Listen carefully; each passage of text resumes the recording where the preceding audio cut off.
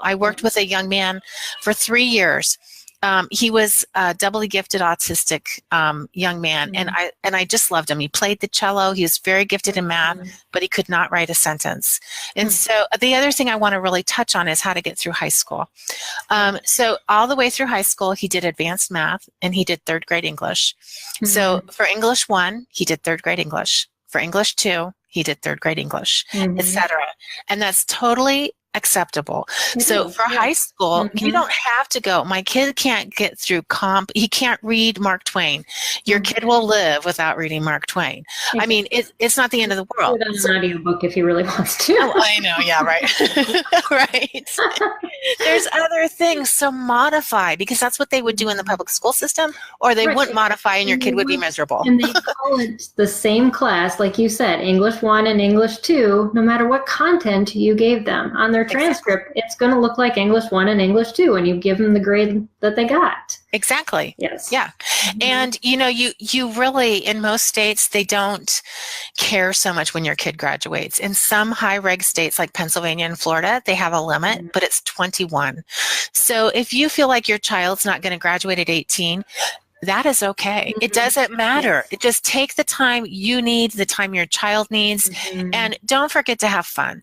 And don't forget to do the things that are intriguing and interesting, because there's a lot of cool things in the world that don't have to be scholastic bookwork that can count for credit. And if you run out of ideas, get on our homeschool or Help Homeschooling High School page and ask, because we have tons of ideas there.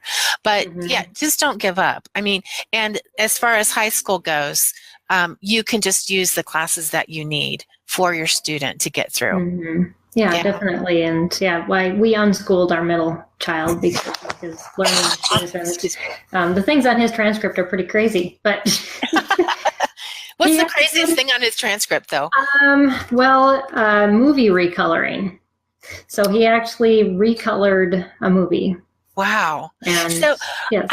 I had a friend, one of the first people I ever knew who homeschooled, Carolyn Forte. She owns Excellence in Education in California, Monrovia, California. She's still working with people. I love her. And I interviewed her about why she was homeschooling. And she was a public school teacher, and the kind everybody wants. I mean, she's vivacious and fun and cool. And her second daughter was profoundly learning disabled, and she could not learn to read, and she couldn't learn to write. She might still not be able to read. And so she pulled both her kids out of public school, and homeschooled them. And her daughter, it was kind of the LA area, so there was a lot of weird resources. And her daughter did circus horseback riding. So she could do like double backflips on a moving horse, which how many people in the universe can do that? You know what I mean? Like 5, I don't know. Yeah, right. But she found crazy ways to help her daughter excel. And that's what we all need to be doing as parents, really, is what has God gifted that student, that child with, and how can we resource them? That's what we are as parents, really, in my mind, more than anything, as resourcers. Right. So, because when they graduate, if they just have a whole bunch of really nice looking classes and credits, that's not going to do them a world of good when they leave. If they're not equipped with what they need, that they've been gifted to do, then you failed as a parent. Yeah.